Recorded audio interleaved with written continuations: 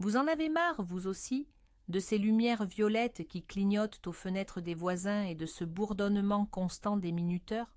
On a l'impression que sans une lampe horticole, on ne peut même plus faire pousser un brin de persil aujourd'hui. Et si je vous disais que tout cela n'est, en grande partie, que du pur marketing, surtout quand il s'agit de cultiver de simples oignons verts? Oubliez ces idées reçues et préparez-vous à faire des économies. Dans cette vidéo, je vais vous révéler 3 méthodes vieilles comme le monde, mais incroyablement efficaces, pour obtenir des tiges d'oignons verts croquantes et juteuses, sans avoir besoin d'un seul éclairage supplémentaire. Zéro dépense d'électricité, aucun équipement compliqué. Juste vous, un bulbe d'oignon et un peu d'astuce. Et croyez-moi, le résultat ne va pas seulement vous surprendre, il va vous faire oublier à jamais ces gadgets coûteux pour plantes. Prêt à découvrir le secret que nos grands-mères utilisaient déjà pour avoir des herbes fraîches à portée de main? Alors, regardez attentivement, soyons clairs.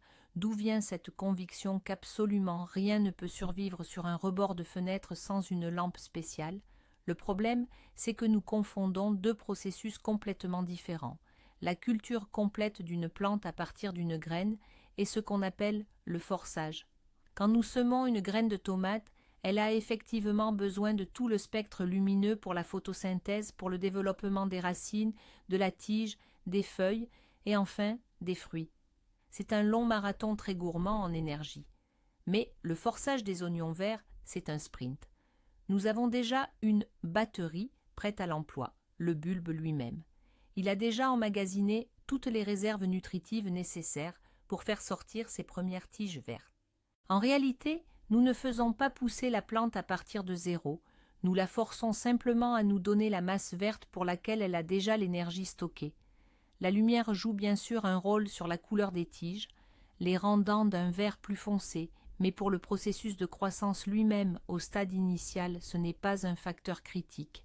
Et comprendre ce simple fait biologique, c'est la clé qui nous libère de l'obligation d'acheter des lampes coûteuses. Alors, la méthode numéro 1, la plus nostalgique et sans doute la plus célèbre, c'est ce qu'on appelle le classique à l'eau. Je suis sûr que, comme moi, vous avez tous le souvenir de la fameuse ampoule d'oignon qui trônait fièrement sur le rebord de la fenêtre de votre grand-mère, souvent dans un simple pot de confiture ou un verre. De là sortait une magnifique touffe de verdure juteuse.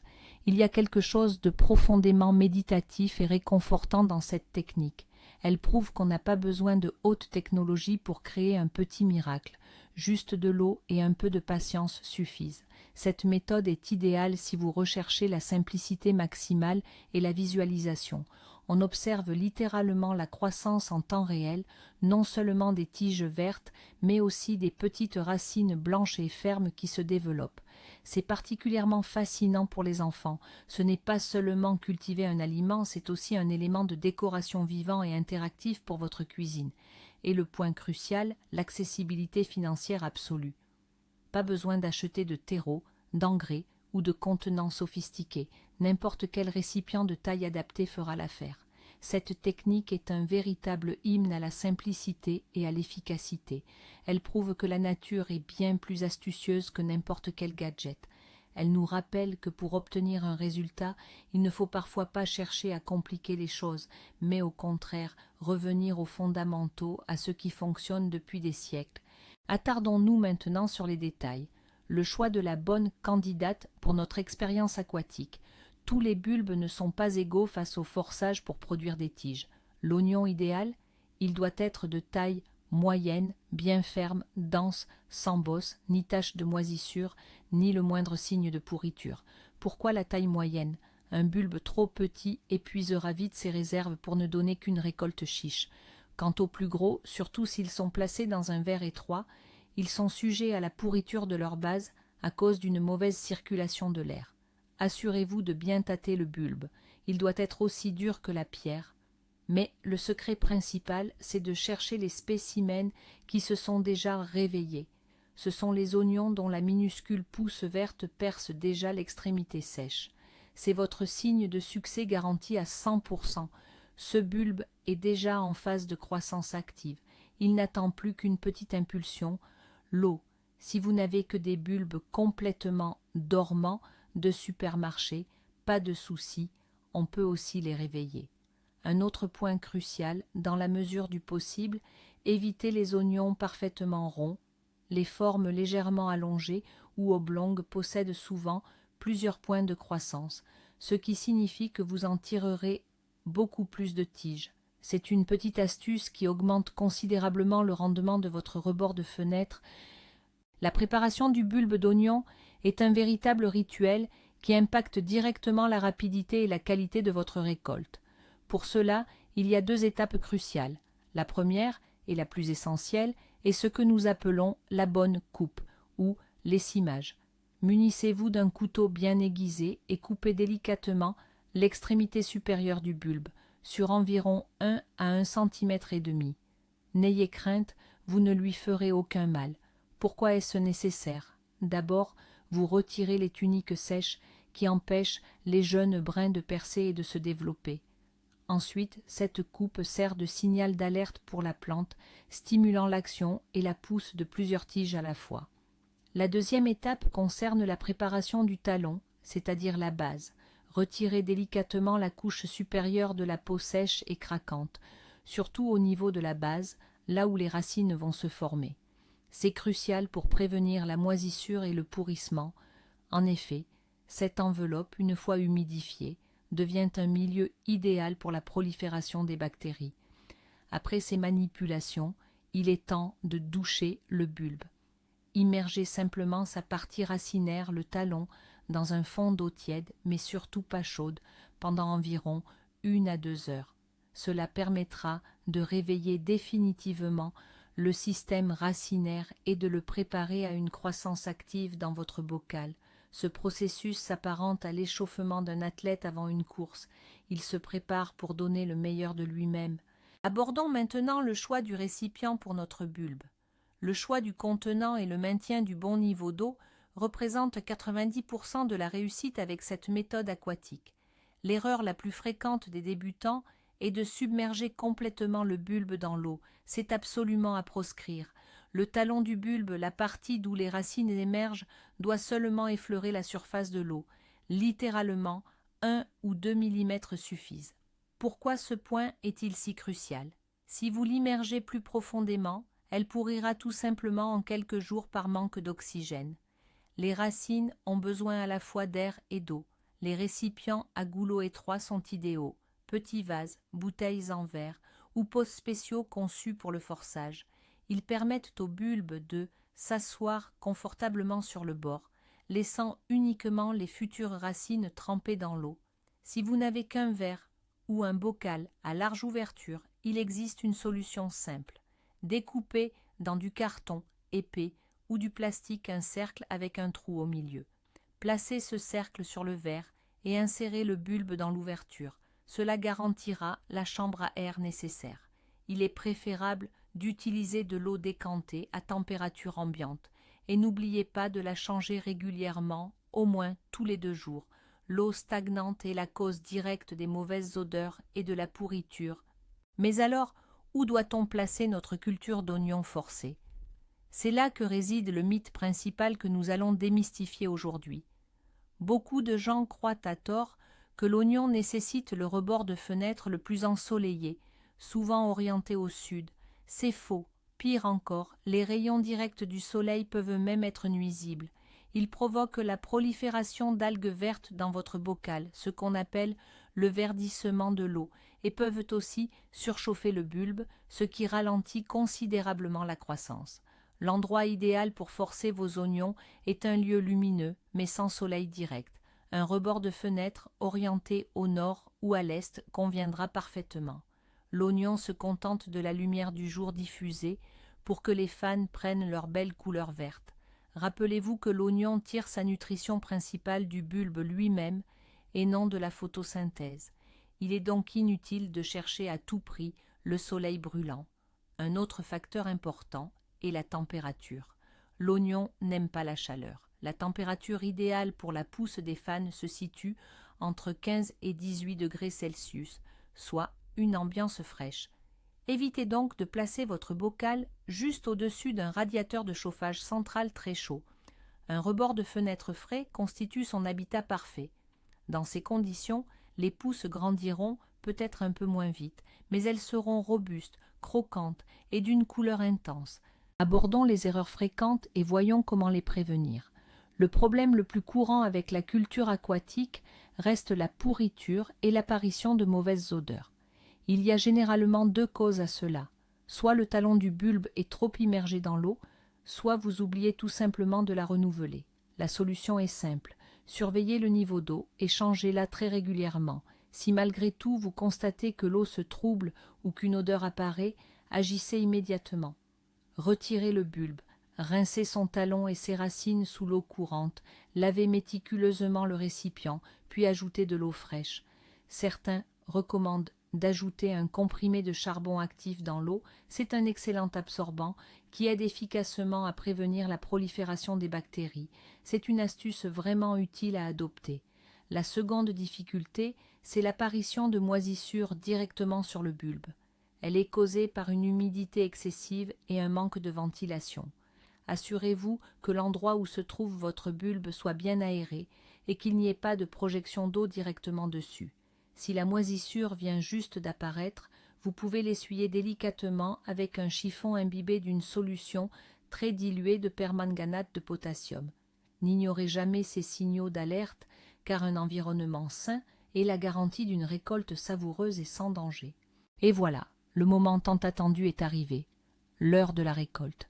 Comment couper correctement les tiges pour prolonger la vie de votre bulbe et obtenir une deuxième, voire une troisième repousse de verdure. Ne coupez jamais toutes les tiges d'un coup et à ras. Cela choque et épuise la plante inutilement. Il est préférable d'adopter une approche sélective. Coupez les brins extérieurs, ceux qui sont les plus longs et les mieux développés, tout en laissant les jeunes pousses au centre continuer de grandir. Utilisez des ciseaux bien aiguisés plutôt qu'un couteau et faites attention à ne pas écraser les tiges. La hauteur optimale pour la coupe, c'est lorsque la tige atteint 15 à 20 cm. C'est à ce moment-là qu'elle est la plus juteuse et la plus tendre. Si vous la laissez trop pousser, elle risque de devenir plus dure et amère. Après la coupe, le bulbe va concentrer son énergie sur la croissance des tiges restantes et il est possible qu'il en produise de nouvelles. Bien sûr, cela ne peut pas durer indéfiniment. Généralement, un bulbe donne 2 ou 3 récoltes généreuses, après quoi ses réserves de nutriments s'épuisent. Vous le remarquerez lorsque le bulbe lui-même deviendra mou et ridé. C'est le signe qu'il a honnêtement fait son travail et qu'il est temps de le remplacer par un nouveau, frais et plein de vitalité. Passons maintenant à la deuxième méthode, que j'ai surnommée la surprise du substrat. Pourquoi surprise? Parce que beaucoup sous-estiment la culture en terre, la trouvant salissante et compliquée par rapport à l'hydroponie ou la culture dans l'eau. Mais en réalité, cette approche offre des avantages considérables. Premièrement, les tiges d'oignons verts cultivées dans un substrat sont généralement plus robustes, plus larges et nettement plus aromatiques. Cela s'explique par le fait qu'en plus des réserves contenues dans le bulbe, la plante puise des micro-éléments supplémentaires dans la terre. Deuxièmement, cette méthode résout le principal problème de la culture dans l'eau. Le risque de pourriture et de mauvaises odeurs est pratiquement réduit à zéro, à condition de bien faire les choses. Le substrat assure un excellent drainage et une bonne aération des racines. Et troisièmement, l'aspect est beaucoup plus esthétique. On dirait un véritable mini-potager installé sur votre rebord de fenêtre. Fini le tracas de devoir changer l'eau tous les jours. Cette approche demande un peu plus de préparation au départ, mais l'entretien qui suit est beaucoup plus simple. C'est la solution idéale pour ceux qui recherchent une récolte plus abondante et de meilleure qualité et qui n'ont pas peur de mettre un peu la main à la terre. Ce n'est plus juste du forçage, c'est presque de la culture maraîchère à part entière, mais en miniature. Alors, quel substrat choisir pour nos semis? La première chose à laquelle on pense, c'est bien sûr la terre du jardin. Mais pour une culture en intérieur, c'est vraiment une mauvaise idée. La terre de jardin est beaucoup trop lourde et compacte. De plus, elle risque de contenir des larves de nuisibles, des graines d'adventice ou des pathogènes qui, une fois au chaud dans votre intérieur, vont se développer rapidement. L'option idéale reste donc le terreau universel, prêt à l'emploi, spécialement conçu pour les semis ou les légumes. Il est léger, aéré et, surtout, déjà stérilisé. Cependant, je vous propose d'explorer d'autres pistes tout aussi intéressantes. Pensez par exemple au substrat de coco. On le trouve sous forme de briques compressées. Il suffit de les réhydrater pour obtenir un volume important de matière très légère, stérile, très bien aérée et qui retient parfaitement l'humidité. L'avantage, c'est qu'il ne se compacte jamais. Une autre excellente alternative est la vermiculite ou la perlite. Ces ajouts minéraux peuvent être utilisés purs ou mélangés à votre terreau habituel pour en améliorer grandement la structure. Enfin, pour ceux qui aiment les expériences, voici une option plus inattendue, la simple sciure de bois. Attention, il faudra d'abord la stériliser en l'ébouillantant pour qu'elle soit bien propre et gorgée d'eau. La sciure est excellente pour retenir l'humidité tout en assurant une bonne aération. Le choix du substrat dépend entièrement de vos préférences, mais rappelez-vous de cette règle fondamentale. Il doit toujours être léger, aéré, capable de retenir l'eau et impérativement stérile. Le choix du contenant ou pot pour votre substrat est également un élément crucial. Sa profondeur ne devrait pas être inférieure à 7 ou 10 cm. C'est la profondeur minimale nécessaire pour accueillir la couche de drainage, le substrat lui-même et bien sûr les bulbes. Pour le contenant, vous pouvez utiliser absolument ce que vous voulez, des bacs de culture spécifiques, de simples pots de fleurs ou même des boîtes en plastique standard récupérées après usage.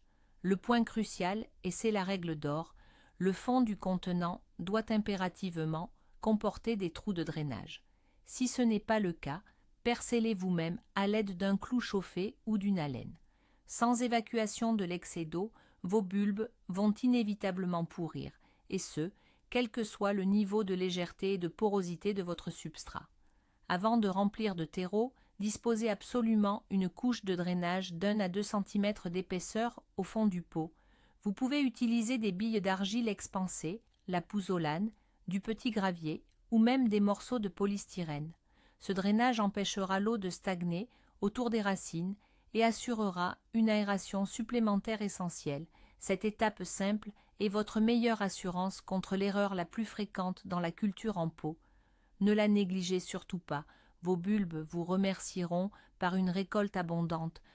Passons maintenant à l'étape de la plantation. On verse le substrat préparé sur la couche de drainage, en laissant 2 cm sous le bord du pot ou du récipient. Tassez-le légèrement avec la main et humidifiez-le à l'aide d'un pulvérisateur ou d'un petit arrosoir. Le terreau doit être humide, certes, mais surtout pas détrempé ou comme un marais. La préparation des bulbes est identique à celle de la méthode de culture dans l'eau. Sélectionnez des spécimens sains et coupez délicatement leur extrémité supérieure. Et c'est là que commence la partie la plus intéressante, la technique de plantation. Vous pouvez planter les bulbes à une petite distance les uns des autres, mais la méthode la plus efficace est appelée la plantation en pavage ou plantation ultra serrée. C'est lorsque les bulbes sont installés les uns contre les autres, côte à côte, comme des pavés sur une route. Cette technique permet d'utiliser au maximum l'espace disponible dans le récipient et d'obtenir, au final, une forêt dense et luxuriante de pousses vertes. Lors de la plantation, il n'est pas nécessaire d'enterrer complètement le bulbe. Vous devez simplement l'enfoncer légèrement dans le substrat, de sorte qu'il soit immergé d'un tiers ou, au maximum, de moitié. La majorité du bulbe doit rester en surface. Cela évitera qu'il ne pourrisse et garantira une bonne aération. Après la plantation, vous pouvez à nouveau humidifier légèrement la terre autour des bulbes. L'arrosage est un art délicat. L'ennemi juré de l'oignon cultivé en pot, c'est l'excès d'eau. Rappelez-vous la règle d'or. Il vaut toujours mieux sous-arroser un peu que de trop arroser. Le système racinaire de l'oignon, lorsqu'il est cultivé pour ses tiges, n'est pas très développé. Il ne peut donc pas absorber une quantité massive d'eau. L'excès d'humidité asphyxie le sol, entraînant la pourriture des racines et de la base du bulbe. Comment savoir quand arroser? Utilisez la fameuse méthode du doigt. Enfoncez votre doigt dans le substrat sur 1 ou 2 cm de profondeur. Si la terre est sèche à ce niveau, il est temps d'arroser. Si elle est encore humide, attendez 1 jour ou 2 de plus. Arrosez délicatement au pied de l'oignon en veillant à ne pas mouiller les bulbes eux-mêmes. Utilisez un arrosoir à bec fin ou même une simple poire d'arrosage. L'eau utilisée doit être à température ambiante et avoir été laissée reposer. La fréquence d'arrosage dépendra de la température et de l'humidité de votre intérieur. En moyenne, cela représente un arrosage tous les 3 à 5 jours. Avec le temps, vous apprendrez à sentir les besoins de votre mini-potager, l'essentiel, évitez d'avoir un sol détrempé, visez une humidité modérée et constante. Pour conclure, faisons un petit bilan et comparons la méthode aquatique et la méthode sur substrat. La méthode aquatique est l'incontestable championne de la simplicité et de la transparence. Elle ne demande aucune dépense, si ce n'est l'oignon lui-même, et vous permet d'observer l'intégralité du processus du début à la fin. C'est l'option idéale pour s'initier au jardinage d'intérieur, pour les activités avec les enfants ou pour ceux qui manquent cruellement de place. Cependant, elle demande un entretien plus fréquent, sous la forme d'un changement régulier de l'eau et comporte des risques d'odeur et de pourriture. La méthode sur substrat, quant à elle, nécessite une petite préparation initiale, l'achat de terreau et d'un pot. Mais elle vous récompense avec une récolte plus abondante, plus puissante et bien plus aromatique. Les brins cultivés en terre sont souvent plus juteux et se conservent plus longtemps après la coupe. Son entretien se résume à un arrosage périodique, ce qui est moins contraignant que de changer l'eau tous les jours. De plus, un petit coin de terre sur le rebord de la fenêtre apporte un côté très chaleureux. Quelle méthode choisir? La décision vous appartient. Je vous conseillerais d'essayer les deux afin de déterminer celle qui vous convient le mieux. Ou peut-être que, comme moi, vous les utiliserez en parallèle pour satisfaire différents besoins. Passons maintenant à la troisième méthode, la plus insolite et la plus contre-intuitive. Je l'appelle le chevalier noir. Cette technique utilise l'obscurité comme notre meilleur allié, ce qui peut sembler paradoxal, car nous savons que les plantes ont besoin de lumière. C'est pourtant là que réside tout son génie. Cette approche est basée sur un phénomène que les botanistes nomment l'étiolement. Lorsque la plante est maintenue dans l'obscurité totale, elle ne dépense pas son énergie pour produire de la chlorophylle, la substance qui donne aux feuilles leur couleur verte. Au lieu de cela, elle concentre toutes ses forces sur une seule mission, s'étirer le plus rapidement possible à la recherche d'une source de lumière hypothétique. Le résultat, nous obtenons des pousses très longues, délicates et fragiles, d'une couleur jaune pâle ou vert tendre. Au niveau gustatif, elles sont plus douces, légèrement sucrées et pratiquement sans amertume. C'est un véritable mets délicat, très prisé dans certaines gastronomies mondiales. Cette méthode est parfaite pour les amateurs d'expérimentation qui souhaitent obtenir un produit aux qualités gustatives tout à fait uniques. Certes, cela demande un peu plus d'attention, mais le résultat en vaut largement la peine. Ce n'est plus un simple légume vert, c'est une saveur raffinée, cultivée grâce à une petite astuce scientifique. Alors, comment mettre en pratique la méthode du chevalier noir? Pour cela, il nous faut un récipient profond, d'au moins 15 à 20 cm de hauteur. Ça peut être un grand pot de fleurs, un petit seau en plastique ou même une bouteille de 5 litres coupée. La technique de plantation est la même que pour la méthode classique sur substrat. On met du drainage au fond, puis on ajoute un substrat humide et bien meuble. On prépare ensuite les bulbes de manière standard, en coupant juste les extrémités supérieures. On les plante très serrés, l'un contre l'autre. On parle de la méthode en pavage, en les enfonçant à moitié environ. Et c'est là que la magie opère. Après la plantation, nous devons plonger nos bulbes dans une obscurité totale, vraiment complète. Pour cela, il faut recouvrir notre contenant avec quelque chose d'opaque. L'idéal serait un sac poubelle noir avec lequel on peut envelopper le tout. On peut aussi le masquer simplement avec un autre contenant de même diamètre ou une boîte en carton. L'essentiel, c'est de bloquer absolument toute entrée de lumière. Une fois l'opération terminée, on place notre installation dans un endroit chaud. Ici, pas besoin de rebord de fenêtre. N'importe quel coin de la pièce fera l'affaire. La température est cruciale, car la chaleur va considérablement accélérer la croissance. De surprenantes choses se mettent en place à l'intérieur de notre incubateur obscur. Le bulbe, privé de lumière, est trompé. Il se croit encore enfoui profondément sous terre et doit absolument mobiliser ses efforts pour s'élancer vers le haut. Il mobilise donc toutes ses réserves internes et fait monter la tige à toute vitesse. En l'absence de photosynthèse, les pousses n'utilisent aucune énergie pour se colorer en vert. Elles restent donc très pâles, mais deviennent très longues et grandissent à une vitesse étonnante. Votre seule tâche à ce stade est d'ouvrir l'abri très brièvement, une fois tous les 2 ou 3 jours, afin de vérifier l'humidité du substrat et de l'humidifier légèrement si besoin. Mais faites-le rapidement pour ne pas donner de lumière inutile à l'oignon. Cette période d'obscurcissement dure environ 7 à 10 jours. Vous saurez qu'il est temps de passer à l'étape suivante, lorsque les pousses atteindront 10 à 15 cm de haut. Leur apparence sera inhabituelle. Elles seront fines, très pâles, presque blanches. Surtout, ne vous inquiétez pas, c'est exactement le résultat que nous recherchions. C'est l'étape intermédiaire de notre plan bien pensé. Vient alors le moment de la grande révélation.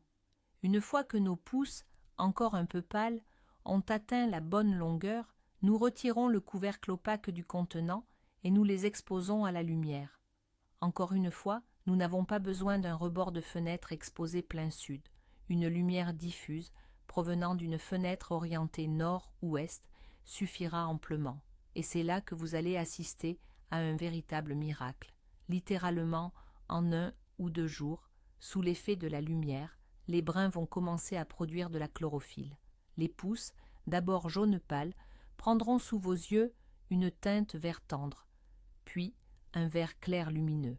C'est un processus incroyablement rapide et magnifique à observer. De plus, le brin en lui-même cessera de croître aussi activement en longueur. Il va s'épaissir, se densifier et commencer à prendre de la force. Le résultat, nous obtenons un produit qui combine 2 avantages majeurs. La longueur et la croissance rapide, obtenues dans l'obscurité, avec la saveur délicate et la couleur que nous avons développées à la lumière. Cet oignon est parfait pour les salades, car son goût subtil ne masquera pas les autres ingrédients. C'est votre petit secret de chef, cultivé directement sur votre propre rebord de fenêtre. Mais alors, pourquoi cette méthode est-elle si performante et qu'est-ce qui la distingue vraiment?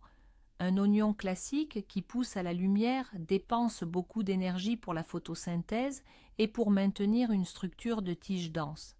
L'oignon cultivé dans l'obscurité, lui, redirige toute cette énergie uniquement vers la croissance pure. C'est un peu comme un sprinter qui court une courte distance au maximum de ses capacités. Le résultat, nous obtenons une récolte nettement plus rapide qu'avec la méthode classique. De plus, la texture de ces tiges est radicalement différente. Elles sont plus aqueuses, beaucoup plus croquantes et sont dépourvues de fibres rigides. Si l'oignon vert habituel peut être comparé à une branche de céleri ferme, l'oignon étiolé ou blanchi s'apparente davantage à une tendre laitue. Bien sûr, il y a un revers à la médaille. Il ne sera pas aussi vert vif et aussi aromatique que son cousin solaire, mais ce n'est pas son objectif. Son but, c'est la tendreté, la rapidité et une saveur inhabituelle, très douce. Cette méthode prouve qu'en comprenant et en exploitant les lois de la nature, on peut contrôler la croissance des plantes et obtenir des résultats totalement différents dans les mêmes conditions domestiques, et cela sans utiliser la moindre lampe horticole. Récapitulons rapidement la séquence des étapes pour la méthode du chevalier noir, afin qu'il ne vous reste plus aucune question. Première étape, munissez-vous d'un contenant profond, obligatoirement doté de trous de drainage. Deuxième étape, disposez une couche de drainage, puis ajoutez un substrat humide et bien aéré. Troisième étape, plantez les bulbes préparés très serrés, épaule contre épaule, façon pavage, en les enfonçant environ à moitié. Quatrième étape, créez l'obscurité totale à l'aide d'un sac noir ou d'une boîte opaque. Cinquième étape, placez cette construction dans un endroit chaud pendant 7 à 10 jours en vérifiant l'humidité de temps en temps. Sixième étape, dès que les pousses atteignent 10 à 15 cm, retirez le couvercle. Septième étape, exposez le contenant sur un rebord de fenêtre lumineux mais sans soleil direct. Huitième étape, observez comment les pousses verdissent en seulement 1 ou 2 jours. Neuvième étape, récoltez ces brins délicats et savoureux, et régalez-vous. Cet algorithme est simple, mais il nécessite d'être suivi à la lettre. Essayez, et je suis certain que vous serez conquis par cette expérience agronomique atypique. C'est un excellent moyen d'étonner vos proches et d'ajouter quelque chose de frais et d'original à votre alimentation. Pour terminer, voici quelques conseils généraux qui vous seront utiles quelle que soit la méthode de culture que vous choisissez. Premièrement, n'hésitez pas à varier les plaisirs et à expérimenter avec les variétés d'oignons. L'oignon jaune classique, c'est la base bien sûr, mais essayez par exemple l'échalote. Elle donne un feuillage beaucoup plus fin et délicat et chaque petit bulbe produit un bouquet entier de verdure. Vous pouvez également utiliser l'oignon rouge, son fût présente souvent une belle teinte violacée à la base. Deuxièmement, pensez à la culture échelonnée ou au roulement. Ne plantez pas toutes vos bulbes d'un coup. Mettez-en quelques-unes aujourd'hui, d'autres dans une semaine, et ainsi de suite. De cette façon, vous aurez toujours de la verdure fraîche à portée de main à différents stades de maturité. Au moment où une récolte se termine, une autre est déjà en pleine croissance. Troisièmement, ne tentez pas de sauver les bulbes abîmés, mous ou pourris, en les utilisant pour votre culture. Non seulement vous perdrez votre temps, mais vous risqueriez d'introduire des maladies dans votre contenant. Utilisez uniquement du matériel de plantation de bonne qualité. Et le conseil le plus important, prenez plaisir à jardiner. Votre petit potager sur le rebord de la fenêtre n'est pas seulement une source de vitamines, c'est aussi un excellent moyen d'évacuer le stress, surtout pendant les sombres journées d'hiver. Alors, récapitulons. Aujourd'hui, nous avons démystifié ensemble l'usage des lampes de croissance, les fameuses phytolampes, et découvert 3 excellentes méthodes pour avoir des oignons verts frais, cultivés directement à la maison. La première, c'est le classique de l'eau, la méthode simple, visuelle et surtout gratuite que nous connaissons tous depuis l'enfance.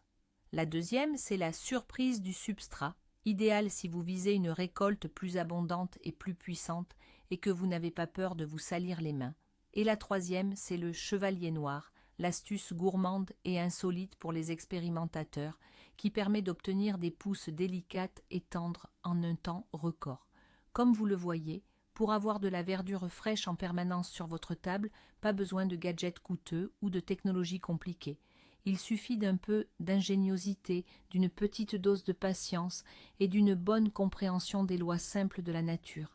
J'espère que cette vidéo vous a été utile et que vous vous lancerez pour tester l'une de ces méthodes. Un grand merci à vous d'avoir regardé jusqu'à la fin. Si ça vous a plu, mettez un pouce bleu et abonnez-vous à la chaîne pour ne rater aucune de nos prochaines vidéos intéressantes. Et maintenant, une question pour vous. Quelle méthode de culture de l'oignon utilisez-vous? Ou peut-être avez-vous votre propre secret de famille? Dites-le moi dans les commentaires, je serai vraiment ravie de découvrir votre expérience. À bientôt.